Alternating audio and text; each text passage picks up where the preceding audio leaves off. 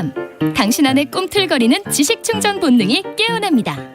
여러분의 자유탐구 영역, 김성환의 시사야.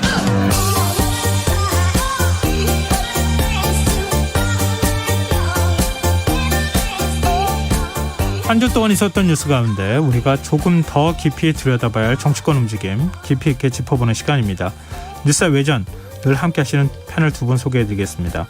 배종찬 인사이트K 연구소장 자리하셨습니다. 안녕하세요. 안녕하십니까. 김민하 시사평론가 모셨습니다. 안녕하세요. 안녕하세요. 네, 앞서 잠깐 예고를 해드린 것처럼 오늘 서해 공무원 피살 사건 수사 결과 2년 만에 뒤집힌 부분에 대해서부터 얘기를 좀 했으면 좋겠는데요. 2020년 사건 당시에 해경과 국방부는 자진 월북 가능성이 크다 이렇게 발표를 했는데 윤석열 정부 들어서서 관련 증거를 찾지 못했다 이렇게 입장을 번복을 했어요. 두 분은 일련의 상황 어떻게 지켜보고 계십니까? 오늘 가장 크게 불거진 이슈가 바로 이 서해 공무원 피살 사건이라고 봐야 되겠죠. 네. 그런 이유는 이제 유족의 입장 발표가 있었고 또 이것이 상당히 국민들의 감성에 또 전달된 부분도 있을 것 같아요. 네. 저는 가장 중요한 것은 일단 정확한 진상규명이 필요할 것 같습니다. 이게 사실 제일 핵심이겠죠. 진상규명 지금 해서 결과 발표한 거 아니에요? 그러니까 그 진상규명이 2년 전과는 분명히 차이가 있거든요. 네. 근데 그 차이가 있는 것에 대해서 지금 밝혀진 내용은 이 월북을 했다라고 하는 근거와 정황은 없더라. 이게 이제 핵심 아니겠습니까? 네. 근데 그 당시에는 그렇게 발표를 했던 또 근거가 있겠죠. 이유가 네. 있겠죠. 예. 그러니까 저는 그 부분이 정확하게 규명이 될 필요가 있다라는 거죠. 그리고 이것이 이제 정쟁하러 가서는 혼란스러워지겠죠. 국민들은. 예. 그러니까 정쟁하러 갈 사안은 아니다. 마지막으로 중요한 것은 남북 관계와 국민의 생명 안전은 구분돼서 이 부분이 다루어지고 정확하게 확인이 될 필요가 우선 있을 것으로 보입니다. 네. 지금 추가로 증거를 확보해서 판단이 달라진 것이냐 아니면 증거와 관련 정황은 그대로인데 판단만 달라진 것이냐 이게 좀 논란거리 되는 거 아니겠어요? 그거는 후자죠. 이 국방부와 해경이 밝힌 바는 후자예요. 정확하게. 그렇죠. 왜냐하면 네. 기자들이 그 부분 다 물어봤거든요. 네. 그래서 이 2년 전에 이제 이게 자진 월북이다라는 것을 이제 그런 가능성이 크다라고 얘기하면서 들었던 여러 가지 정황 근거들이 있지 않습니까? 네. 이 정황들이 있는데 거기에 대한 판단이 그럼 달라진 거냐 아니면 또 그런 정황들을 뒤집을 만한 새로운 사실관계가 나온 거냐에 대해서 국방부가 아니라고 그랬습니다. 심지어는 이제 기자들이 입장 번복이 맞느냐는 거에 대해서 번복이라기보다는 그 당시에는 자진 월북이 가능성이 높다고 봤는데 입증을 지금까지 못한 것이다. 입증할 수 없다고 판단했다 최종적으로. 예. 이 얘기거든요. 예. 그러면 이게 지금 앞서 말씀드렸듯이 진상 규명이 되든지 아니면 이게 문제가 어떤 내용인지가 확실해지려면 뭔가 다른 사실이 나왔든지 기존의 해석을 바꿨든지 해야 되는데 그건 그대로 두고 지금 이제 이런 자진 월북의 증거를 못 찾았다라는 입장만 덜렁 나온 것은 네. 제가 볼 때는 이런 입장 표명의 배경이나 의도 이런 것들은 차치하고서라도 이후에 이제 정치적인 논란을 불거질 수 있게 만드는 그런 상황으로 가는 게 상당히 우려가 됩니다. 그래서 이거는 유족들이 진상규명을 원하기 때문에 진상규명을 해야 되는 것이고 그 부분에 힘을 써야 되는 것인데 그게 네. 잘 되려면 정치적인 논란과 정치적인 대립구도가 없는 상황을 만들어 가면서 해야 되거든요. 근데 이게 해경이나 국방부의 판단이 뭔지 잘 모르겠는데 어쨌든 이렇게 된 거에 대해서는 상당한 우려가 좀 생기고 있습니다. 그렇죠. 그러니까 결코 이게 간단하게 아닌 것이 유족 측에서는 문재인 대통령과 서훈 전 국가안보 실장을 고발을 했어요. 네. 그러니까 이게 이제 형사수사도 진행될 수밖에 없는 사안이고 경우에 따라서는 이제 검찰 수사가 있을 수도 있는데 지금 이제 감사원이 나서겠다고 예. 이야기를 한 상태인데 저는 한 세 가지로 봅니다. 일단은 우선적으로 이제 정리가 되고 확인이 돼야 되는 부분은 월북의 근거가 뭐였나 이 부분이 중요할 것 같아요. 그러니까 네. 이 부분을 정확하게 밝혀야 어떤 상황들이 이 판단을 하는데 영향을 줬는지가 분명해질 것 같거든요. 그런데 예. 국방부는 어떻게 이야기를 하냐면 국방부는 해경의 판단 자료를 참고를 했다고 이야기를 하고 있고 또 해경은 국방부의 판단을 근거로 해서 그렇게 발표를 했다 이렇게 이야기를 해요. 네. 그러면 서로 간에 판단 근거가 됐던 건 무엇인가를 확인할 필요가 있겠죠. 또 하나 이제 마지막 아니고 또 하나는 이 청와대에서 지침이 전달됐다라는 증언이 있지 않습니까? 저는 그 부분이 국방부가 그렇게 설명하고 국방부가 있는 이야기를 거죠. 했죠. 그래서 네. 저는 이게 정확한 내용이 어떤 내용인지를 청와대에서 전달된 내용이 밝혀질 필요가 있을 것 같아요. 그러니까 이게 이제 뭐 정치적으로 해석할 건 아니고, 그리고 저는 마지막으로는 실제 이제 사건이 있었던 날이 2020년 9월 22일이었는데 이때 한 6시 38분경에 6시 한 40분경일 겁니다. 40분경에 이런 사고가 있었던 것이 서면으로 이제 문재인 대통령이 전달이 됐고, 예. 실제 이 공무원이 사망한 것은 그로부터 한 3시간 뒤의 일이었거든요. 그래서 그 3시간에 어떤 상황이 있었는지 네. 이 부분도 좀 정확하게 밝혀질 필요가 있을 것 같아요. 그리고 또 그러니까 하나는 그때 이제 그런 논란이 있었죠. 나쁜 예, 연락 그리고 채널을 통해서 북쪽에 혹시 실종자가 갔는지 확인 좀 하고 그렇죠. 협조를 좀 실종자 희속에 수색 작업에 있어서 협조를 구했더라면 맞습니다. 네. 그렇게까지 참혹하게 사망하는 일은 발생하지 않지 그렇죠. 않았겠느냐 그리고 이런 이제 얘기가 있었죠. 당시에. 또 하나가 이제 그 다음 날인 2020년 9월 23일 새벽에 문재인 대통령의 종전선언에 대한 유엔 기조연설이 있었거든요. 네. 그러니까 이게 대북 북한을 의식한 것이 어떤 영향을 줬을 수도 있는지. 그러니까 이거는 왜냐하면 북한과의 당시 2020년의 관계를 생각한다면 모든 걸 이제 신중하게 다룰 수밖에는 없었을 거예요. 예. 감정이 아니라. 그럼 그게 북한을 지나치게 의식하다 보니까 이 부분에 대한 처리 자체가 미숙했던 것인지 아니면은 뭔가 다른 의미가 있었던지 그 부분이 정확하게 밝혀질 필요가 있겠죠. 근데 이게 이제 진상규명을 위해서는 지금 대통령실에서도 설명하는 것처럼 문재인 정부 청와대의 기록을 들여다봐야 하는데 대통령 지정 기록물로 지정을 해버려서 그거는 볼 방법이 없다. 거기에 이제 핵심적인 국가안보실도 거기에 들어가 있으니까. 근데 그 기록을 지금 못 본 상태에서 판단을 했다는 거잖아요. 그런데 그 기록을 공개하면 지금 되는데 공개는 굉장히 쉽지 않은 상황이고. 그러면 국회에서 결의를 하면 볼 수가 있죠. 아니 물론 있죠. 예, 예. 고등법원 판사의 그 판단에 따라서도 공개할 수도 있고 하는데 지금 뭐 120석 가까운 의석을 또 민주당이 점하고 있는 상황이기도 하니까. 근데 그렇다면은 그 기록물 핵심적인 기록물을 들여다보지 않고 판단을 했다고 하는 것도 또한 이것도 또한 섣부른 판단 아니냐 이런 얘기가 뒤따를 수도 있는 상황이어서 굉장히 좀 복잡해요 상황이.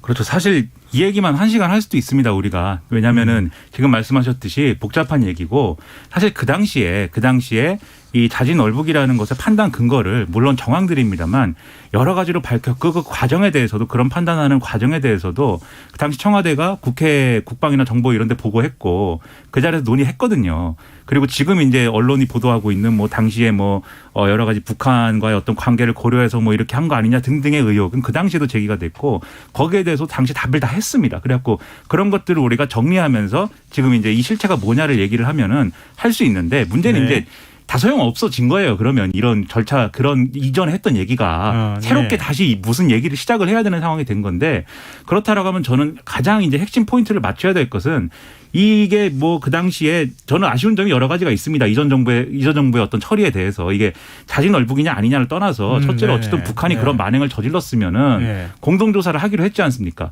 근데 공동조사를 한 거에 대해서도 북한이 응하는 듯 했지만 안 한 거잖아요. 그러면 그러면 공동조사를 제안했는데 북측에서 그 응답을 하지 않았던 거죠. 이게 애매했어요. 네. 이게 한다는 건지 안 한다는 건지. 네. 근데 여기에 대해서 그러면 추가적인 액션이나 제스처가 있어서 북한을 압박하든지 이런 게 됐어야 되는 거고 그리고 유족들이 계속 문제 제기를 하지 않았습니까? 그럼 네. 거기에 대해서 왜 정부가 그렇게 판단을 하고 있는 거고 그런 근거 자료는 뭔지에 대해서 유족들하고 계속 협의를 해가면서 진상규명을 따로 요구할 필요가 없도록 하는 그런 것들이 필요했는데 이전 정부에서 그런 것들이 제대로 안 된 거예요. 그건 사실입니다. 네. 근데 그런 것들을 제쳐놓고 지금 어제부터의 상황을 쭉 보면은 새롭게 업데이트된 것들이 뭐냐라고 했을 때는 그건 없는 거예요. 그럼 말씀하신 대로 이제부터는 논란과 정쟁만 남은 건데 그러면 포인트를 맞춰야 될 것은 이게 뭐 이전 정부가 왜 은폐했느냐 축소했느냐 청와대가 구체적으로 압력을 넣었느냐 이런 걸 논하기 전에 일단 유족들이 대응하고 있는 거에 대해서 유족들이 원하는 어떤 방식으로 해결할 수 있는 그런 문은 열어줘야 된다. 그래서 네. 지금 대통령 기록물로 지정된 거에 대해서도 국회에서 의결하면은 볼 수 있는 거잖아요. 다만 네. 3분의 2가 동의하면 그렇죠. 다만 그런 경우에도 뭐 국가 안보와 관련된 사항이나 이런 것들이 있기 때문에 네. 그냥 보여주기가 어려워가지고 주저하는 부분들이 있을 건데 그런 경우에 아주 제한적으로 여야가 합의를 해서 네. 정보위 일부 또 유족 일부 이렇게 참여를 해가지고 확인을 한다든지 그런 여러 가지 방법들을 또 둘 수 있는 거거든요. 그래서 그런 방식으로라도 해결하는 방법을 이 머리를 모아서 논의하는 게 중요하지. 예. 이전 정부의 판단이나 이런 것들이 뭐 잘못됐다는 거냐라든지 또는 무조건 이전 정부는 그 북한 눈치를 봐가지고 우리 국민이 희생된 거를 은폐하려고 한 거 아니냐 벌써부터 이렇게 치고 나온다든지 이 양쪽의 이런 정쟁화가 저는 큰 문제고 오히려 이게 유가족들에게는 마음의 상처가 될 수가 있다고 저는 생각합니다. 근데 아마 김이나 평론가 말씀하시는 거에 상당히 많은 분들이 동의하실 거라고 생각하는데요. 이제 문제는 뭐냐면 과거에 전례가 있잖아요. 남북 정상회담 과정에서 NLL 포기 발언이 있었느냐 없었느냐 이른바 NLL 대화력 사건이 터졌는데 실제 들여다봤잖아요. 근데 나중에 와서 정반대 결과가 나오기도 하고 그럼 그거 사전에 자료 누가 유출했느냐 가지고도 또 이게 검찰이 수사해서 그리고 사법 처리까지 가기도 하고 이게 굉장히 오랜 시간 동안 정쟁화가 됐단 말이에요. 근데 저는 그 김성한 앵커의 말씀에 공감하면서도 저는 다른 사안이라고 보거든요. 네. 왜 그러냐면 그때는 NLL 북방에선 대화록은 노무현 전 대통령과 김정일 위원장 사이의 대화였었고 예. 이번 건은 저는 국민의 생명이 달려 있었던 상황에 대한 기록이거든요. 그렇죠. 저는 다른 차원이라고 봐요.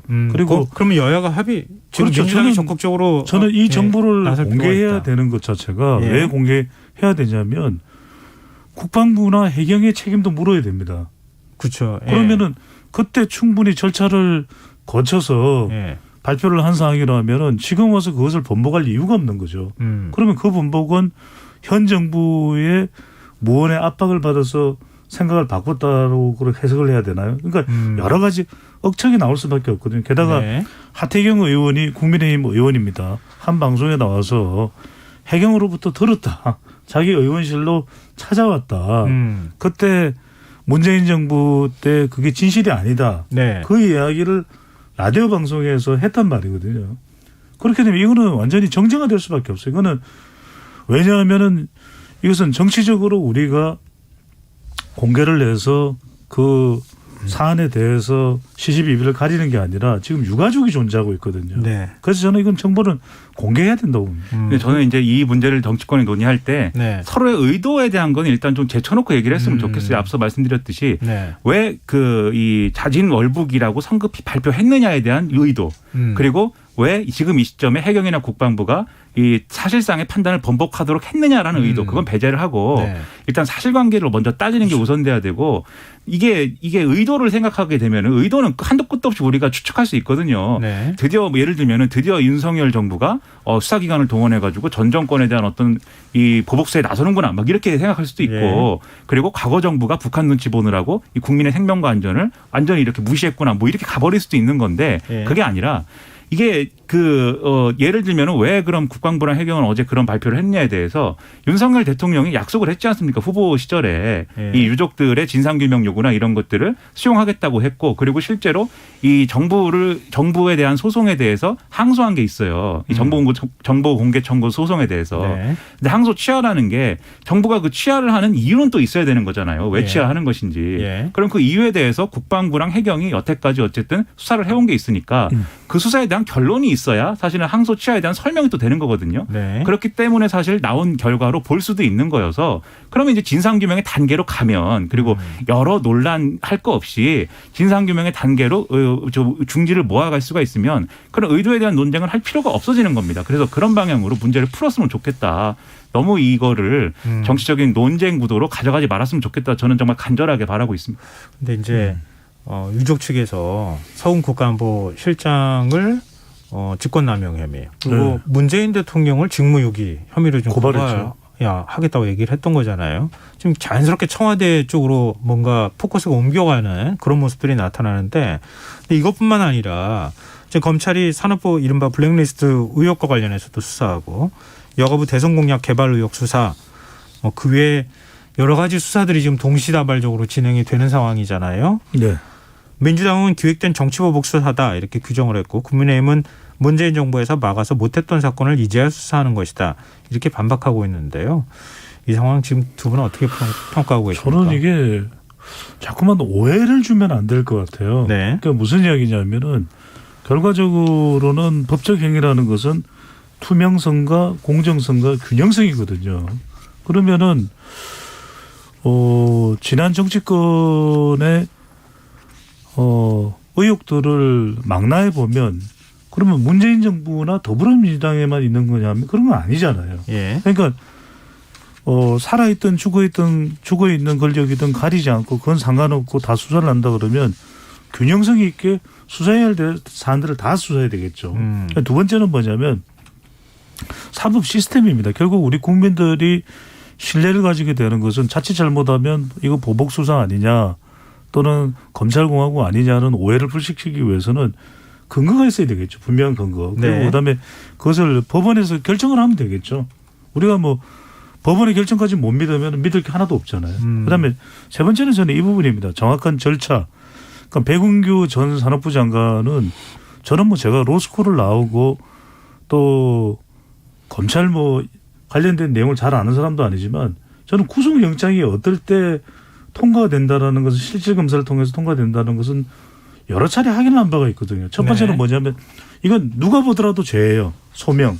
두 번째로는 도망입니다. 도주의 우려가 있느냐. 어디로 도망을 가죠?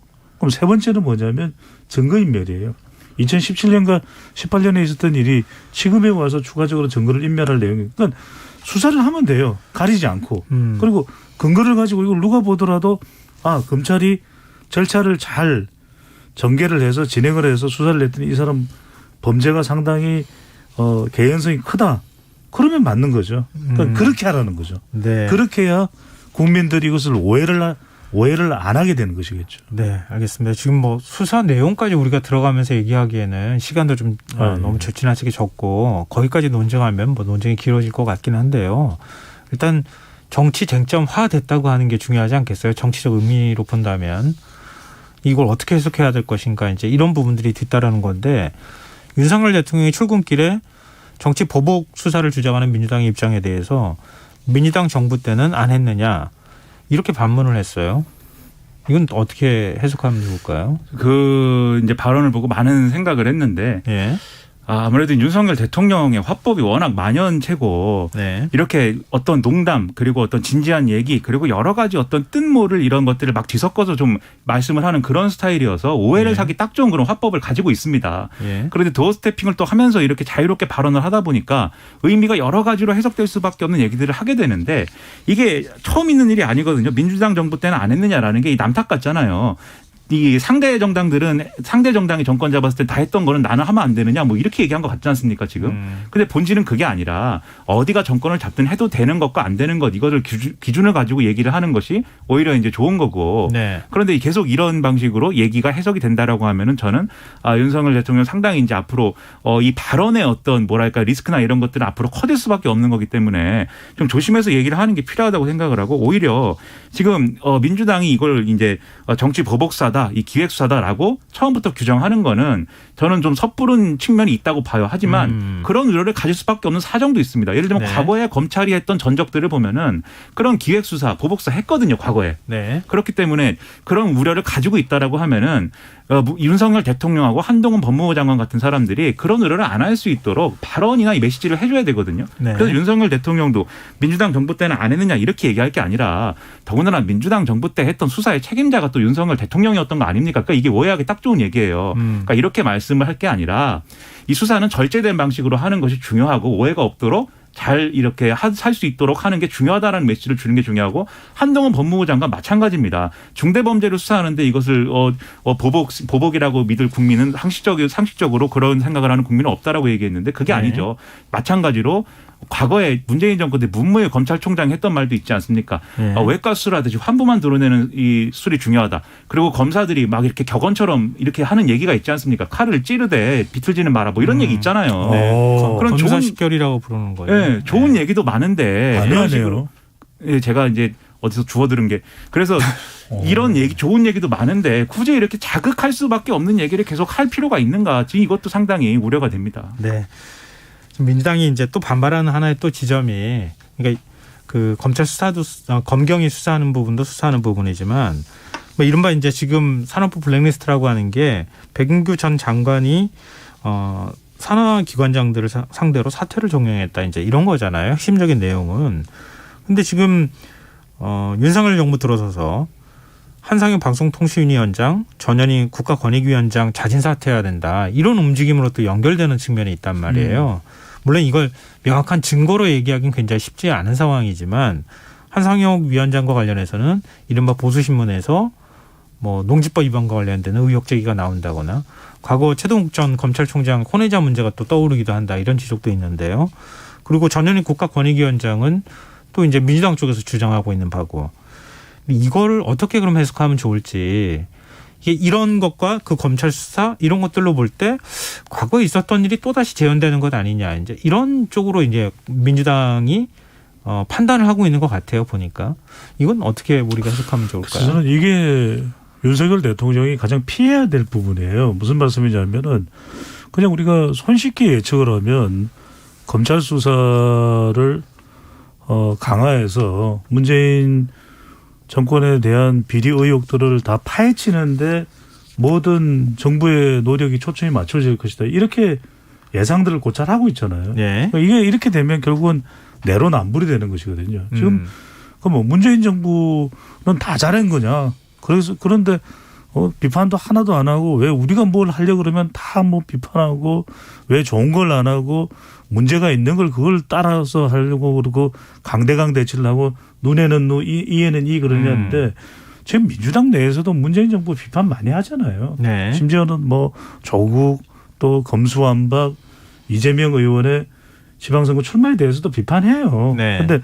문제는 뭐냐면, 저는 이렇게 하는 것이 지금 윤석열 대통령이 여소야대 국면에서 지지율을 끌어올리는 것이다. 그래서 한상혁 위원장, 문재인 정부 때 인물 아닙니까? 전현희 국민권익위원장, 아예 다 배제하세요. 그렇게 갈 게 아니라 오히려 더 이 사람들을 끌어들여야죠. 끌어들여야죠. 그래서 오히려 오셨어요. 제가 뭐 저기 연락을 드렸어요. 이렇게 나가는 게, 그게 저는 뭐냐, 이게 이른바 말하는 장선단패다. 장선단패. 장점은 선택하고 단점은 폐기한다는 거죠. 이럴 때 윤석열 대통령이 통합의 정치다, 이 순간 통합이 되는 거예요. 한상혁 전현희 두 위원장은 뭐 국무에 참석하지 마라, 뭐 이렇게 된 거잖아요, 사실은. 그러니까 일종의 뭐 한겨레 신문 표현으로 왕따 뭐 이렇게까지 얘기하고 있던데요. 일종의 이제 과거 정부에서도 반복됐던 일이기도 했던 것 같아요, 보니까. 정권이 바뀔 때마다 사실 이전 정부 인사들 그만두라고 하는 사퇴의 어떤 시그널로 이런 식의 일들이 벌어졌는데, 명시적으로 사실 얘기하기는 어려운 상황이니, 왜냐하면 이미 환경부 장관 블랙리스트 문제가 나와서 대법원까지 가서 유죄 직권남용 혐의가 적용이 됐던 거잖아요.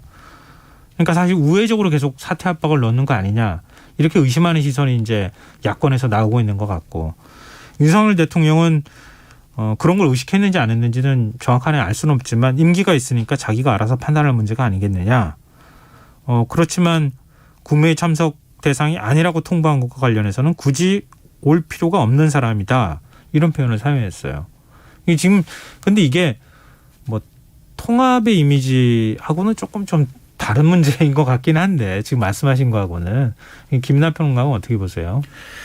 그러니까 이게 예를 들면 여당의 무슨 권성동 원내대표라든지 이런 여당 의원들이 이 방통위원장이나 국민권익위원장 이전 정부 사람들이니까 물러났으면 좋겠다라고 얘기하는 거는, 저는 그런 정치적인 의사표명이 있을 수 있다고 생각을 합니다. 왜냐하면 권성동 원내대표나 뭐 이런 여당 의원들이 실질적으로 인사권 가진 사람들은 아니기 때문에 그런 주장을 할 수 있겠는데, 정치권에서 할 수가 있겠죠. 그렇죠. 그렇게 할 수 있겠는데, 문제는 이제 실질적으로 인사권을 가지고 있는 대통령이 어떻게 할 거냐의 문제는 굉장히 중요한 문제라고 보거든요.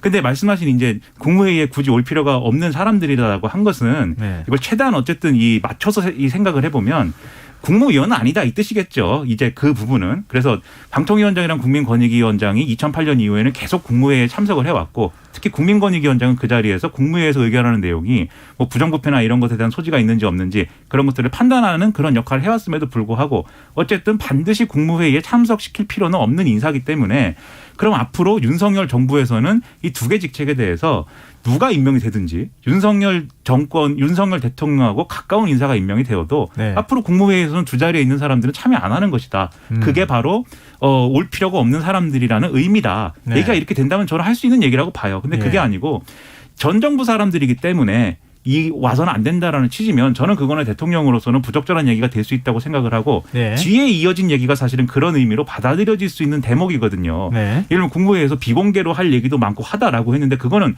국무회의라는 틀을 전제로 하는 것이지 예. 우리 편이 모여서 한다라는 게 전제가 아닌 거잖아요. 네네. 국무회의에서 하는 얘기를 얘기하는 거지. 네. 그럼 이게 국무회의에서는 그러면 지금 정부하고 여당 사람들만 공유하는 어떤 비밀 얘기를 해서 이게 지금 야당 출신인 사람들은 들으면 안 되는 얘기를 하는 자리인 것이냐. 그렇지 않을 거거든요.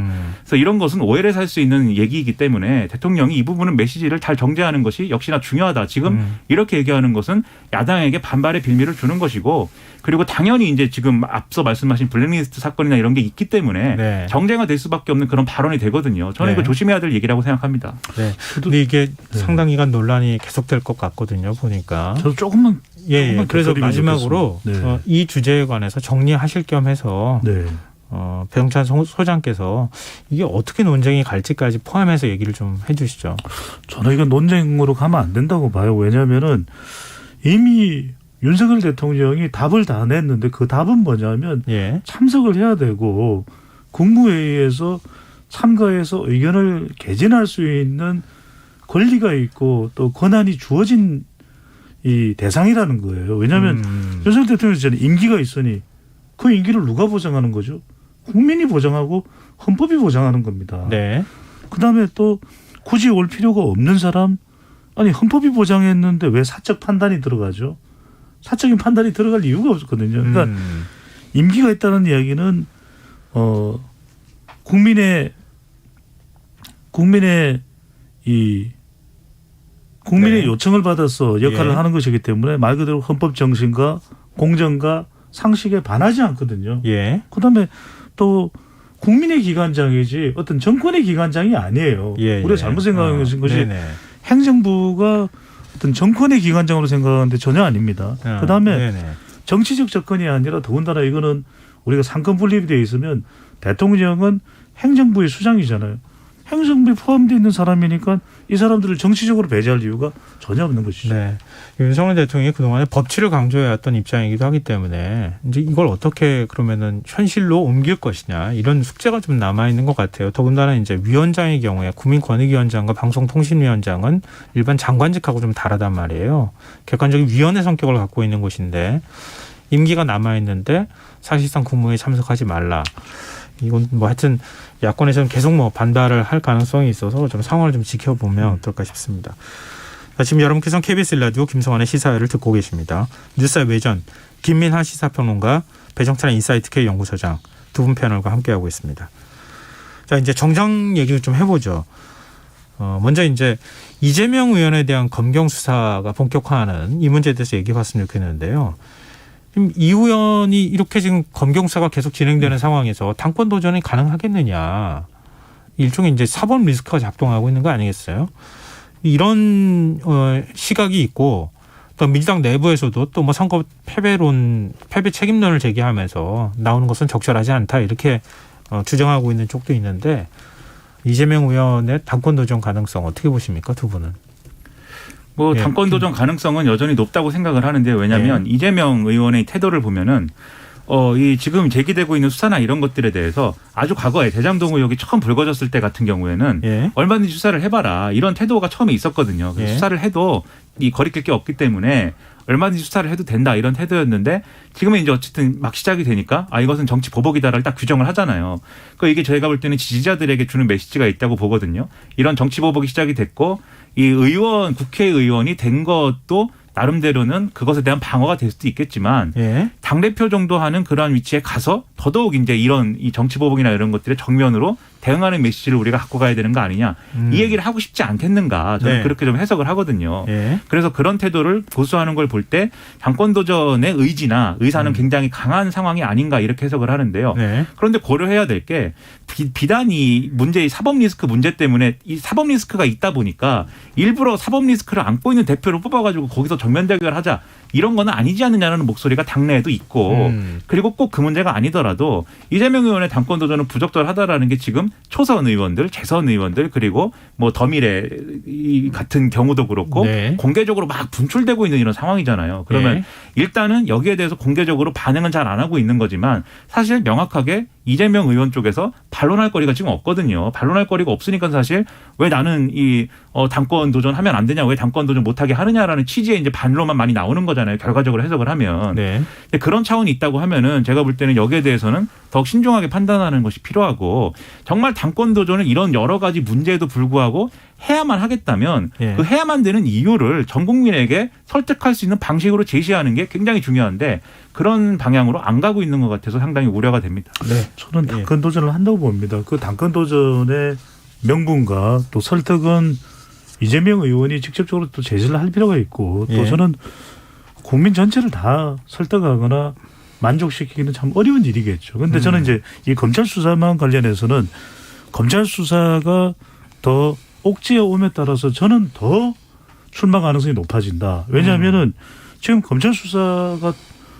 깊숙이 들어올 가능성이 있기 때문에 네. 당권 도전 안 한다면 본인이 가지고 있는 그 의혹에 대해서 다 인정을 해버리는 거예요. 그것 자체는 오히려 더 이재명 의원에게는 정치적 타격이 될 수 있는 것이고 저는 이제 더불어민주당의 지지층을 보고 있는 겁니다. 그러니까 각종 이재명 의원의 당권 도전과 관련된 조사 결과들을 보면 전체 응답자는 상당히 긍정적인 반응은 아니에요. 하지만 예. 더불어민주당 지지층은 오히려 시간이 지나면 지날수록 더 결집하는 양상이거든요. 예. 이게 뭐 일각에서 이야기하는 개딸이든 양아가 됐든 여하튼 더불어민주당 지지층들의 속성은 구분하지 않고 결집이 되고 있다. 마지막으로는 저는 법적 방어와 별개로 정치적 방어도 필요하다는 판단을 할 수밖에 없을 것 같아요.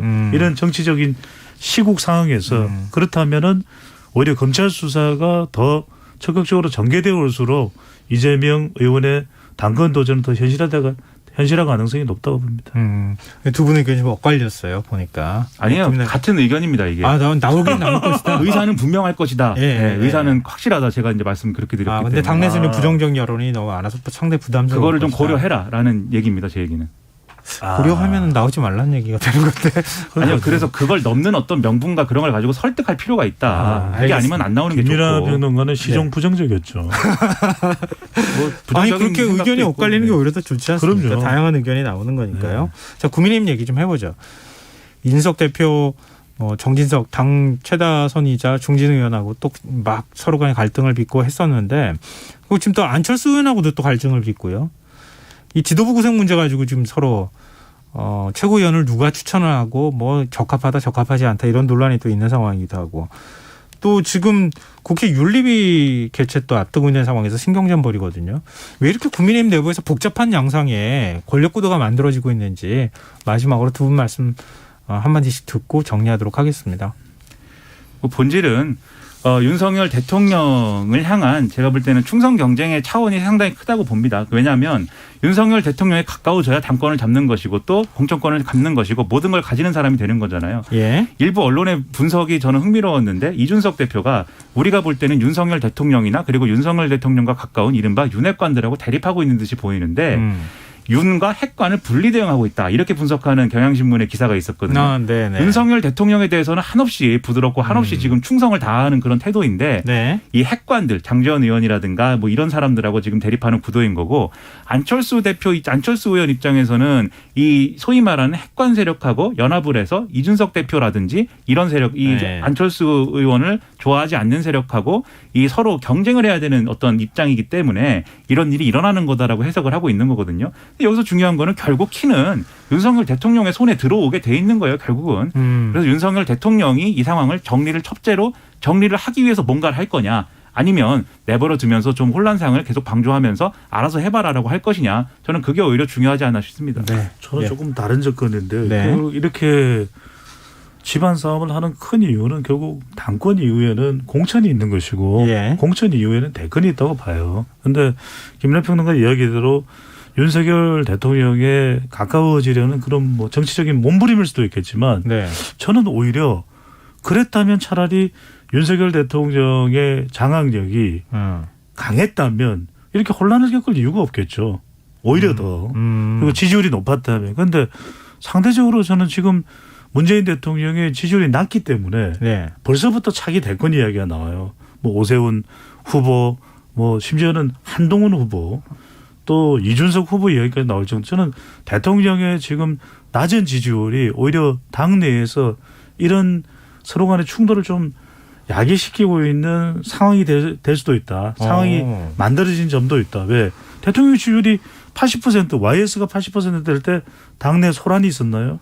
DJ가 70% 넘어갈 때 당내 소란이 없었거든요. 저는 그런 이유가 오히려 더 크지 않을까라는 분석을 해봅니다. 네. 두 분 해석이 조금 엇갈리긴 했는데요. 어찌됐든 달라야 좋다면서요. 맞습니다. 그 이준석 대표 입장에서는 이준석 대표는 사실 통제가 잘 안 되는 스타일이기도 하니까 윤석열 대통령까지 반기를 들어버리면은 사실 감당할 수 없는 상황으로도 갈 수 있으니까 정치적으로 좀 부담스럽지 않을까 그런 생각이 드네요. 흥미진진합니다. 네, 맞습니다. 오늘 뉴스외전 여기서 마무리하겠습니다.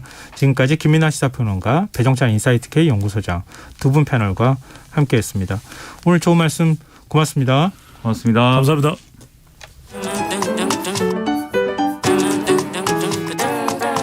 일일 시사권장량 채워가세요.